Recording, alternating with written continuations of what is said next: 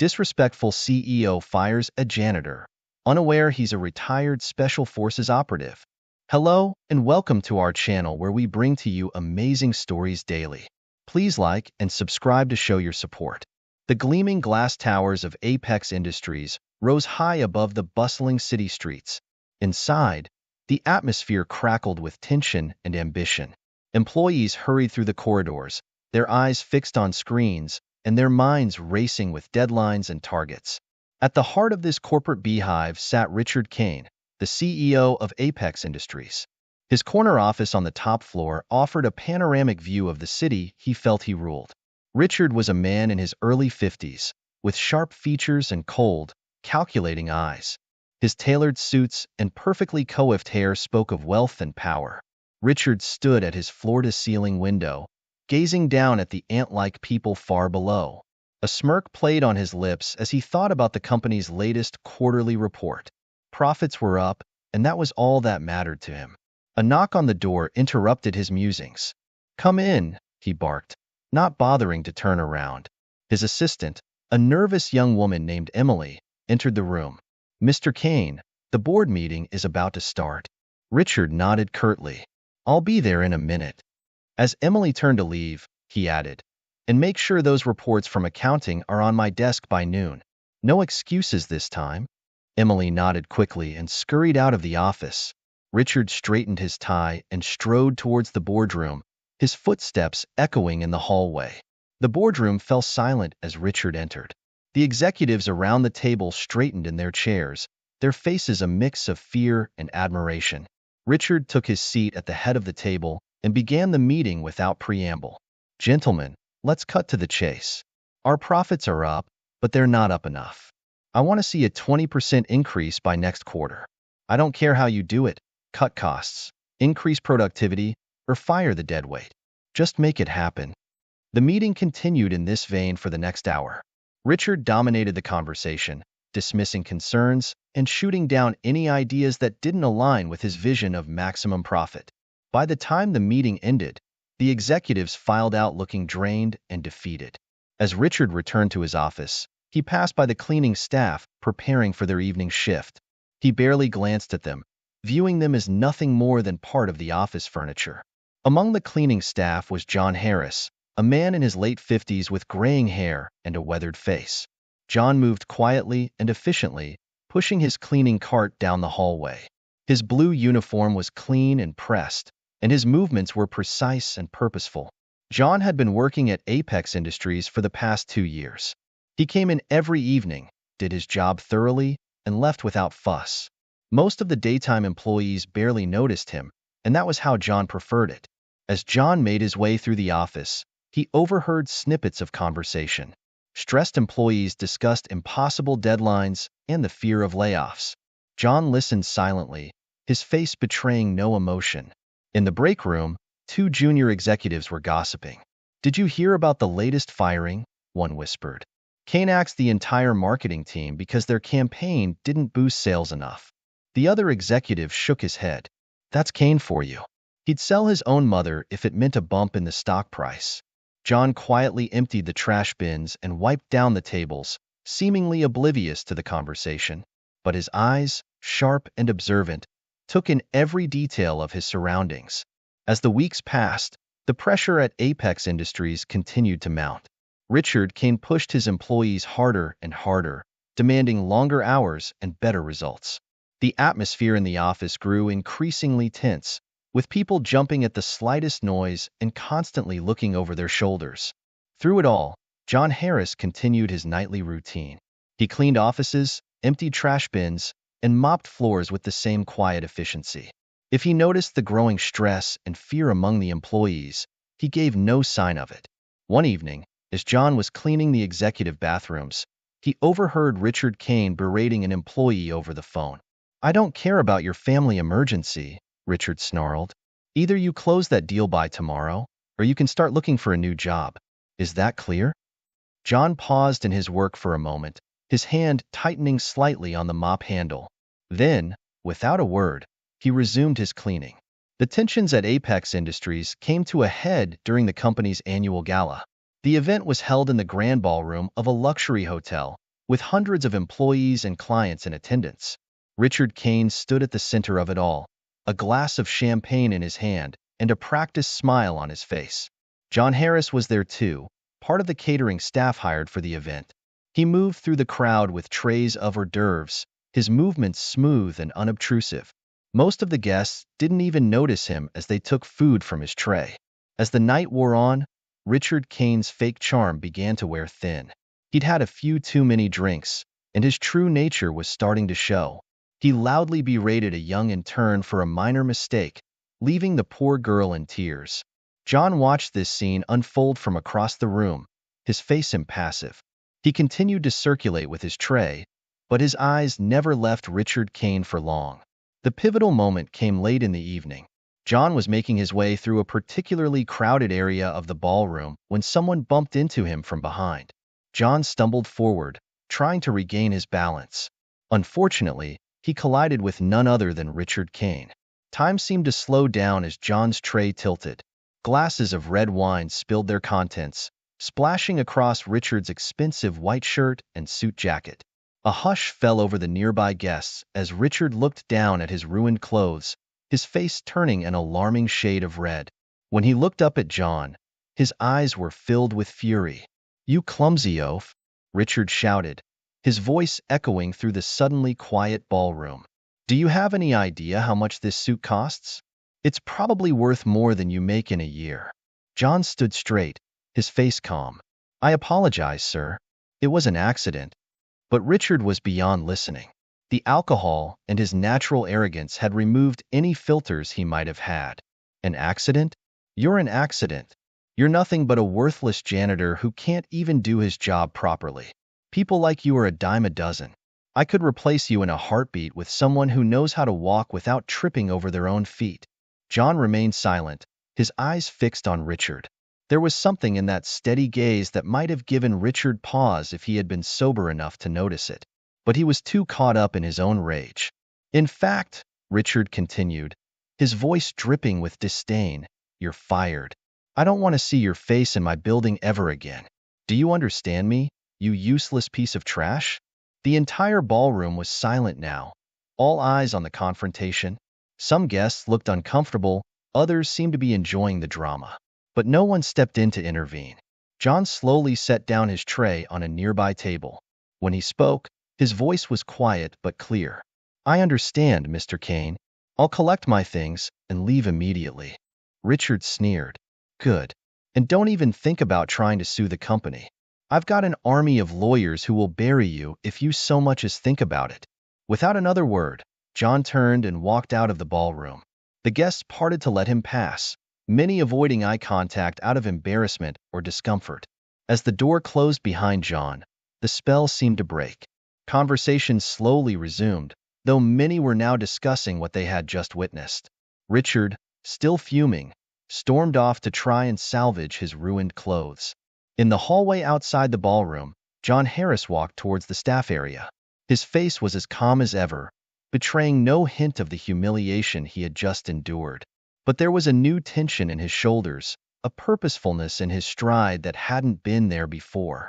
As he changed out of his catering uniform, John's mind was already working, processing what had happened and what it meant.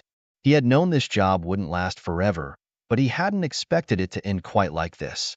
As John prepared to leave, Sarah Johnson, the head of HR, approached him. Her face was creased with concern.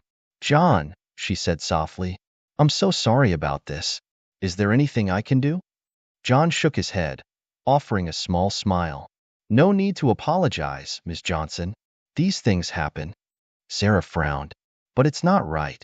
Mr. Kane's behavior was completely unprofessional. We could fight this dismissal if you want." John's eyes softened. "I appreciate your concern, but it's not necessary. Sometimes, it's best to know when to walk away." Sarah studied John's face, sensing there was more to this quiet janitor than met the eye. "You're taking this remarkably well, John. Most people would be angry or upset." John shrugged. "I've faced worse than an angry boss, Ms. Johnson. This is just another chapter closing." Sarah's eyebrows rose. "You know, John, I've always felt there was something different about you. You carry yourself differently than most people in your position." John picked up his box. We all have our stories, Miss Johnson. Mine just happens to be a bit longer than most. As John turned to leave, Sarah called out, John, if you ever need anything, a reference, or just someone to talk to, please don't hesitate to call me. John nodded, gratitude in his eyes. Thank you, Miss Johnson. Your kindness won't be forgotten. With that, John walked towards the elevator, the security guard following close behind. As the doors closed, several employees gathered around Sarah. Poor John, one of them murmured. He didn't deserve that. Sarah nodded, her eyes still on the closed elevator doors. No, he didn't. And I can't shake the feeling that there's more to John Harris than we ever knew. Another employee chimed in. Did you see how calm he was? It was almost unnerving. Sarah turned to her colleagues. Whatever John's story is, I have a feeling we've only seen the tip of the iceberg. And something tells me this isn't the last we'll hear of him. As the group dispersed, Sarah couldn't help but feel a sense of foreboding. John Harris had left the building, but she had a nagging suspicion that his story with Apex Industries was far from over. In the shadows of the city's underbelly, a new threat was emerging. Viktor Volkov, a ruthless gangster with a reputation for violence and cunning, sat at the head of a long table in a dimly lit room. Around him were his top lieutenants, each with a cold, calculating look in their eyes. Viktor leaned forward, his scarred face illuminated by the lone light hanging above the table. Gentlemen, our next target is Apex Industries. It's time we expanded our operations, and this company is the perfect front for our money laundering scheme. He spread out several documents on the table, financial reports, employee records, and building schematics of Apex Industries. Our inside man has provided us with everything we need. Apex is vulnerable, and its CEO, Richard Kane, is arrogant enough to make our job easier. One of Victor's men spoke up. Boss, what's our approach? Victor's lips curled into a cruel smile. We start with intimidation. Threaten Kane. Make him realize he's not as untouchable as he thinks.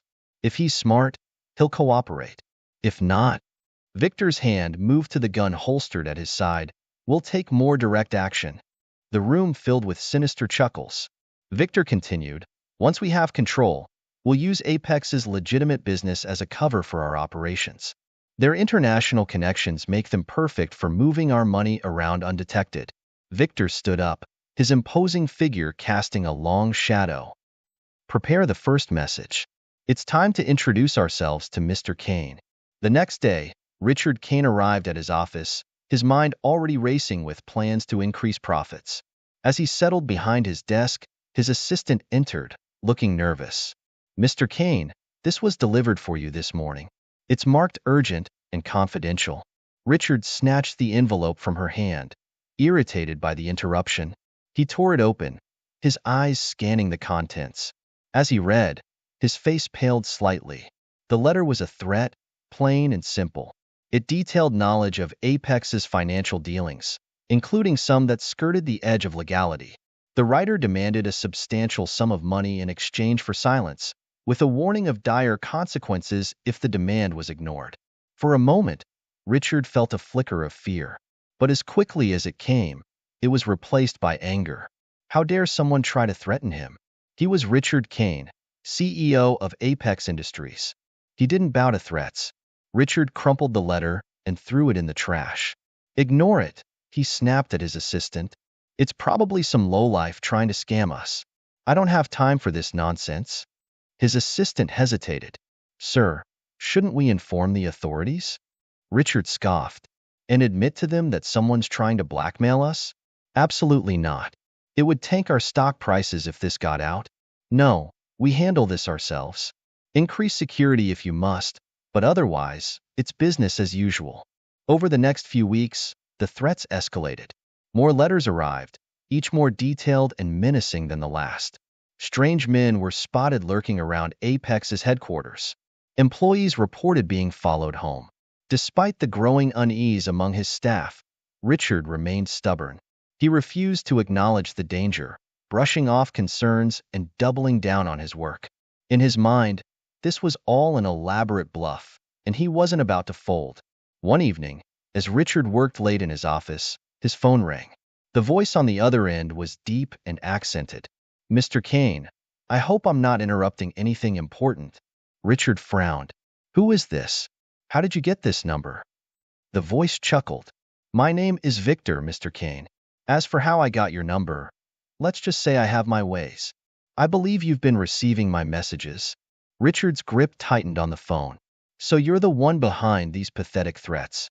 Listen here, you lowlife dash. Victor cut him off. No, Mr. Kane, you listen. I've been patient, but my patience has limits. You have one last chance to cooperate. Transfer the money by midnight, or face the consequences.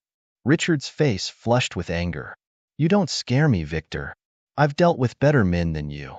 Try anything, and I'll bury you so deep, you'll never see daylight again. There was a moment of silence on the other end. Then Victor spoke, his voice dangerously soft. Very well, Mr. Kane. You've made your choice. Remember this moment. The line went dead. Richard slammed the phone down, his hand shaking slightly. For a brief moment, doubt crept into his mind. Had he made a mistake? But he quickly pushed the thought away. He was Richard Kane. He didn't back down from anyone. 2 days later, it was business as usual at Apex headquarters. Employees bustled about, the air filled with the usual mix of stress and ambition. Richard sat in his office, reviewing reports and barking orders over the phone. The first sign that something was wrong came when the lights flickered, then went out completely. Emergency generators kicked in, bathing the offices in an eerie, dim light. Richard stormed out of his office. What the hell is going on? He demanded. Before anyone could answer, the elevator doors opened. Men in black tactical gear poured out, their faces masked and weapons drawn. Screams erupted as employees realized what was happening. Nobody move, one of the masked men shouted. This is a takeover. Cooperate, and no one gets hurt. Richard stood frozen, his mind struggling to process the scene before him. This couldn't be happening. Not to him. Not to his company. A tall figure emerged from the group of intruders.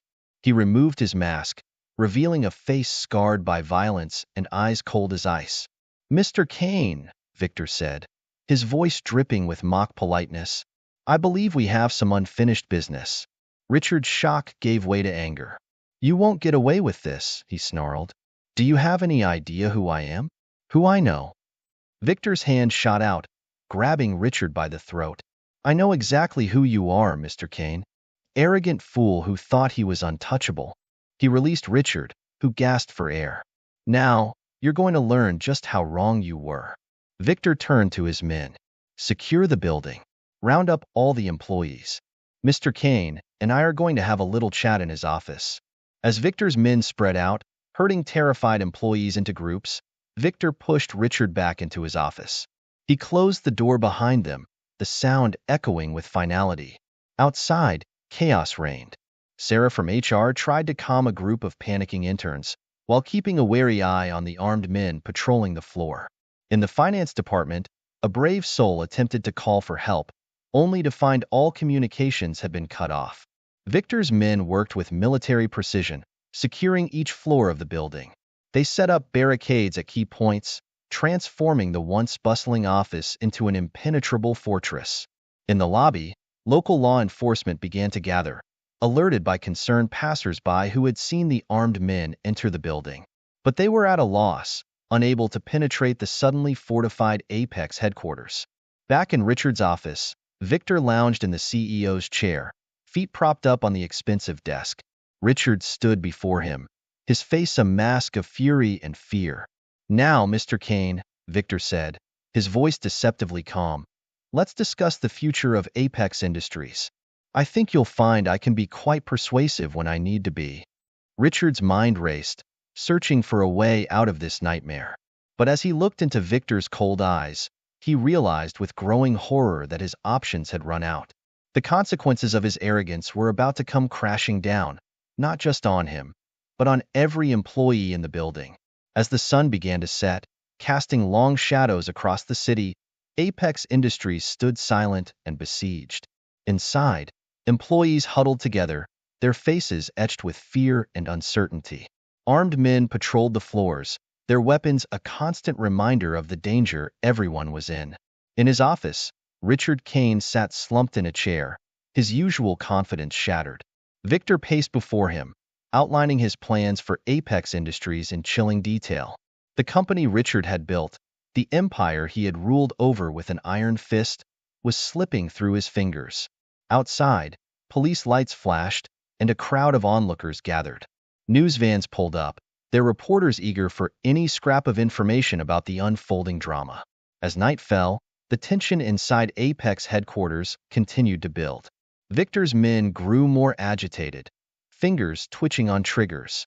The hostages, including Richard, wondered how long this nightmare would last and how it would end. As the hostage situation at Apex Industries stretched into its third hour, tension inside the building reached a fever pitch. In a corner of the main office, Sarah Johnson, the head of HR, huddled with a group of frightened employees. Her mind raced, searching for any way to help their dire situation. Suddenly, a memory flashed through Sarah's mind. John Harris, the janitor they had fired just weeks ago. She recalled his calm demeanor, the way he handled pressure with ease. There was always something about him, something she couldn't quite put her finger on. With shaking hands, Sarah pulled out her phone. By some miracle, she still had a signal. She scrolled through her contacts, finding John's number, kept for reference checks. Taking a deep breath, she pressed call. Miles away, John's phone buzzed. He glanced at the screen, surprise flickering across his face as he recognized the number. "Ms. Johnson?" he answered, his voice low and steady. "John," Sarah whispered, her voice trembling. "I know this is strange, but we need help. The company. We're being held hostage. I don't know why, but I felt I had to call you. You always seemed so capable." John's face hardened as he listened to Sarah's hurried explanation of the situation. "I understand, Ms. Johnson. Stay calm. I'll be there soon." As John ended the call, his mind shifted gears. The calm, unassuming janitor facade fell away, replaced by the sharp focus of a trained operative. He moved swiftly, gathering the gear he had prepared earlier. As John suited up, memories flooded back. Flashbacks of his time in Special Forces played through his mind. A young John, fresh-faced and determined, standing at attention as he completed his training. John leading a team through a dense jungle, his movements silent and precise. A mission gone wrong. Explosions, gunfire, the agonized cries of his teammates. John shook his head, pushing the memories away. He had left that life behind, or so he thought. But now, his past skills were needed once again.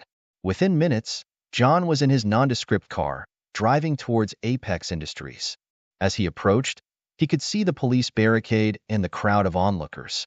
News vans lined the street, reporters delivering live updates to anxious viewers.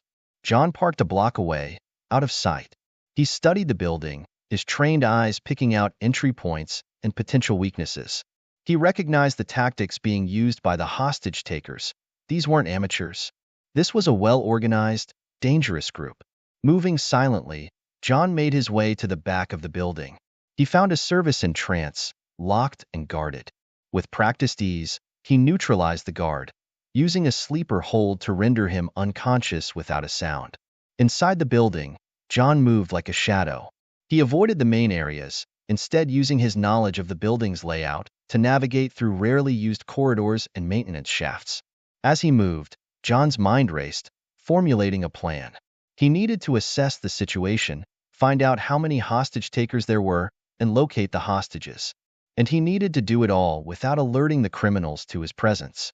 John found a security room, its occupants clearly having fled when the attack began. He quickly accessed the security camera feeds, scanning the screens for information. What he saw made his blood run cold. The hostage takers were heavily armed and well organized. They had control of all the main areas of the building, with hostages gathered in several locations. At the center of it all, he saw Richard Kane, the CEO who had fired him, being held separately in his office by a man John assumed was the leader. John's jaw clenched. The situation was worse than he had imagined. These weren't just criminals, they were trained, possibly ex-military. This would require all of his skills and experience. Moving away from the security room, John found a maintenance closet he had used during his time as a janitor. Hidden behind a loose panel was a small cache of equipment, tools, and weapons he had stashed away, just in case. John had always believed in being prepared, a habit from his military days that had never quite left him. As John geared up, he felt a familiar calm settle over him. The years seemed to fall away, muscle memory taking over as he checked and loaded his weapons. This was what he was trained for, what he excelled at. With his equipment ready, John began to move through the building.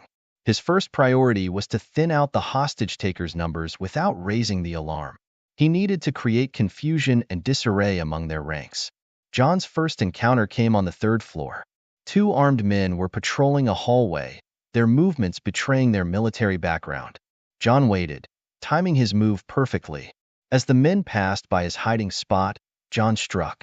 In a flurry of silent, precise movements, he incapacitated both men before they could even register his presence.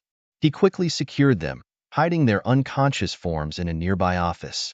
Moving on, John continued his silent assault. Floor by floor, he took down the hostage-takers. Each encounter was a testament to his skills, quick, efficient, and most importantly, quiet.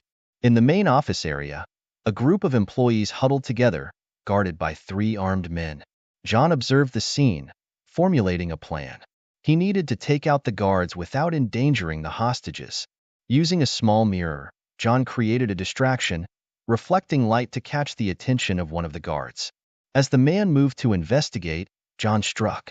In a matter of seconds, all three guards were down, the hostages looking on in stunned silence. Sarah, among the group of hostages, stared at John in disbelief. Gone was the quiet janitor she knew. In his place stood a man of lethal efficiency, his movements speaking of years of training and experience. "John," she whispered, her voice a mix of relief and shock. John put a finger to his lips, signaling for silence. He quickly ushered the group to a safer location, giving them brief instructions on how to stay hidden and safe. As John continued his one-man assault on the hostage-takers, word began to spread among their ranks. Something was wrong. Men were disappearing, communication was breaking down. The once confident criminals began to show signs of fear and confusion. In the command center they had set up, Victor received the disturbing reports. His face darkened with anger and disbelief. How could this be happening? They had planned for every contingency, or so he thought. "Find out what's going on," he barked at his lieutenant. "I want this threat neutralized now." But John was always one step ahead. Years of training and experience had honed his instincts to a razor's edge. He anticipated the hostage-takers' moves, using their own tactics against them. As John worked his way through the building, the tide began to turn. The once organized criminal operation began to crumble. Panic set in among the hostage-takers as they realized they were up against something they hadn't prepared for. In his office, Richard Kane listened to the growing chaos outside with a mix of fear and hope. Something was happening, something that was throwing his captors into disarray. But what? Or who? John's progress through the building was like a force of nature, unstoppable and relentless. Each encounter showcased a different aspect of his immense skill set. Hand-to-hand combat, weapons proficiency, tactical awareness. John was a one-man army. The remaining criminals, now aware of the threat, began to group together for protection. But this only made John's job easier. He used their fear against them, employing psychological tactics to further break down their morale. As the night wore on, the situation inside Apex Industries had dramatically shifted. What had started as a well-executed hostage situation had devolved into chaos. And at the center of it all was John Harris, the unassuming janitor turned one-man rescue team. Outside, the police and onlookers remained unaware of the dramatic events unfolding inside the building. But soon, very soon, the world would learn of the incredible story of the janitor who saved Apex Industries. John paused for a moment, catching his breath. He had cleared most of the building, but the hardest part was yet to come. The leader, Victor, was still holed up in the CEO's office with Richard Kane. John knew this final confrontation would be the most dangerous. As he prepared for this last, crucial phase of his rescue mission, John allowed himself a grim smile. The quiet life he had built for himself was over. But in its place, He had rediscovered a part of himself he thought long buried. The part that lived for this, the part that excelled in chaos and danger. With renewed determination, John moved towards the CEO's office. The final showdown was about to begin, and John Harris was ready for whatever came next. As John neared the office, he could hear Victor's agitated voice through the door. The criminal leader was clearly unnerved by the chaos John had caused. "What do you mean you can't find him?" Victor shouted. "He's one man. How hard can it be?" John took a deep breath, steadying himself. Then, with explosive force, he burst through the door. The scene inside froze for a split second. Victor stood behind Richard's desk, a phone in one hand and a gun in the other. Richard was tied to a chair, his face bruised and eyes wide with shock. John's entrance caught Victor off guard, but the criminal recovered quickly. He fired 2 shots at John, who rolled to the side, taking cover behind a large filing cabinet. "Who the hell are you?" Victor snarled, his gun trained on John's position. John's voice was calm when he replied, "Just the janitor, coming to clean up your mess." Victor's face contorted with rage. "The janitor? You're the one who's been taking down my men?" From his position, John could see Richard's face. The CEO's expression had transformed from fear to utter disbelief as he recognized his former employee. John spoke again, his voice steady. "Victor, you're outmatched. Your men are down, and the police will be here soon. It's over." Victor laughed, a harsh, bitter sound. "Over? I don't think so. I still have the CEO. As long as I have him, I have leverage." John's mind raced, analyzing the situation. He needed to get Victor away from Richard without endangering the CEO further. "You're right, Victor," John said, his voice taking on a casual tone. "You do have leverage. But what's your endgame here? The building is surrounded. There's no way out." Doubt flickered across Victor's face. John pressed his advantage, using the psychological tactics he'd learned in his special forces training. "Your men are either unconscious or have fled. You're alone. Even if you make it out of this room, where will you go?" Victor's grip on his gun tightened. "Shut up. I'm the one in control here." John continued, his voice calm and reasonable. "Are you? Look at your situation, Victor. Really look at it. You started this night thinking you'd take over a company. Now you're trapped in an office, your plan in shambles. Is this how you pictured it ending?" Victor's composure began to crack. His eyes darted around the room, looking for an escape route. John knew he was getting through. In that moment of distraction, John made his move. He vaulted over the filing cabinet, closing the distance between them with incredible speed. Victor fired wildly, but John was already upon him. In a blur of motion, John disarmed Victor, the gun clattering to the floor. The 2 men grappled, a fierce hand-to-hand combat ensuing. Victor was strong and skilled, but John was in a league of his own. Each of John's moves was precise, efficient, and devastatingly effective. Richard watched in awe as his former janitor battled the dangerous criminal. John's movements were a far cry from the unassuming man who used to clean the offices. This was a highly trained operative in action. The fight was intense but brief. Within minutes, John had Victor pinned to the ground, the criminal leader's arm twisted painfully behind his back. "It's over, Victor," John said, his breathing only slightly labored. "Don't make this worse for yourself." Victor struggled for a moment more before going limp, the fight draining out of him. Who are you really?" he gasped. John didn't answer. Instead, he quickly secured Victor with zip ties he produced from his pocket. Once the criminal was restrained, John turned his attention to Richard. "Are you all right, Mr. Kane?" John asked as he untied the CEO. Richard rubbed his wrists, staring at John with a mix of gratitude and bewilderment. "John? I don't understand. How did you?" "What?" John gave a small, wry smile. "It's a long story, sir. One I'm sure we'll have time for later." Just then, the sound of approaching sirens filled the air. The police, having received word that the situation was under control, were finally entering the building. John turned to Victor, who lay defeated on the floor. "Looks like your ride is here." As they waited for the police to reach them, Richard couldn't take his eyes off John. The CEO's mind was reeling, trying to reconcile the quiet janitor he had fired with the skilled operative he had just witnessed in action. "John," Richard said, his voice hoarse. I was wrong about you. So wrong. I'm sorry for how I treated you." John nodded, accepting the apology without comment. His focus was still on securing the area and ensuring everyone's safety. Soon, the office was swarming with police officers. They took Victor into custody, along with the rest of his incapacitated men throughout the building. Paramedics arrived to treat the injured, including Richard. As the chaos of the police operation swirled around them, John stood to the side, giving his statement to a detective. Richard watched him, still trying to process the night's events. Sarah from HR approached Richard, her face etched with concern. "Mr. Kane, are you all right? We were so worried." Richard nodded absently, his eyes still on John. "Sarah, did you know? About John, I mean?" Sarah shook her head. "Not really, sir. I always felt there was more to him than met the eye. That's why I called him when this all started." Richard's eyebrows shot up. "You called him? You're the reason he came back?" Sarah nodded, a small smile on her face. "Sometimes you just have to trust your instincts, sir." As the night wore on, the full scale of John's actions became clear.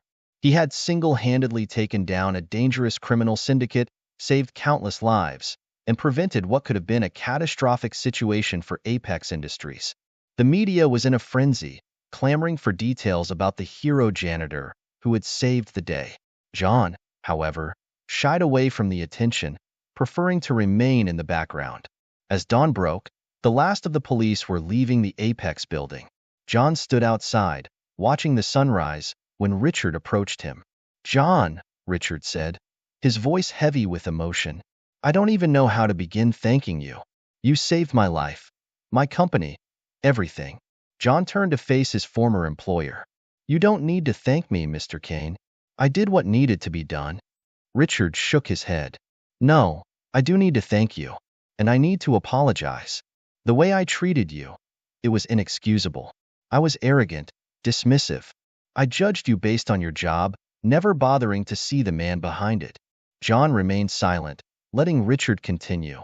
"I've learned a hard lesson today," Richard said, "about judging people, about the value of every person in an organization. I was so focused on profits and power that I lost sight of what really matters." John nodded, a small smile on his face. "That's a valuable lesson, Mr. Kane. I hope you remember it." Richard straightened up, a determined look in his eyes. "I will, John, and I want to make things right. Come back to Apex, not as a janitor, but in a position that makes use of your skills. Head of security, perhaps, or any role you want. Name it, and it's yours." John chuckled softly. "I appreciate the offer, Mr. Kane, but I'm afraid I'll have to decline. My quiet life as a janitor is over, but I'm not looking to jump back into the corporate world either." Richard looked crestfallen. "I understand, but if you ever change your mind, the offer stands. Apex will always have a place for you." John nodded his thanks. As he turned to leave, Richard called out one last time. "John, what will you do now?" John paused, looking back at the Apex building, then out at the city beyond. "I'm not sure, Mr. Kane, but I have a feeling my particular set of skills might still be needed out there. There are always messes to clean up, one way or another." With that, John walked away, disappearing into the early morning crowd. Richard watched him go, a mix of gratitude and regret washing over him. As the sun rose fully, casting its light over the Apex building, Richard Kane stood alone, a changed man. The events of the night had shaken him to his core, forcing him to reevaluate everything he thought he knew about success, leadership, and the value of every individual. Inside the building, employees were starting to arrive, murmuring in shock at the signs of the night's events. Sarah greeted them, offering reassurances and support. The Apex Industries they were walking into today was not the same as the one they had left yesterday. Change was coming, sparked by the unlikely hero who had once walked these halls unnoticed. And somewhere in the city, John Harris walked on, ready for whatever challenge might come next. The quiet janitor was gone, but in his place stood a man who had rediscovered his purpose. The world might not know his name, but it would feel the impact of his actions for years to come. As Apex Industries began the process of recovery and renewal, the legend of the hero janitor began to spread. It would serve as a reminder to all that heroes can come from the most unexpected places, and that every person, regardless of their position, has value and potential. The night's events had changed everything, for Richard, for Apex, and for John. But as the city woke up to a new day, one thing was certain. The impact of John Harris, the unassuming janitor turned hero, would be felt for a long time to come.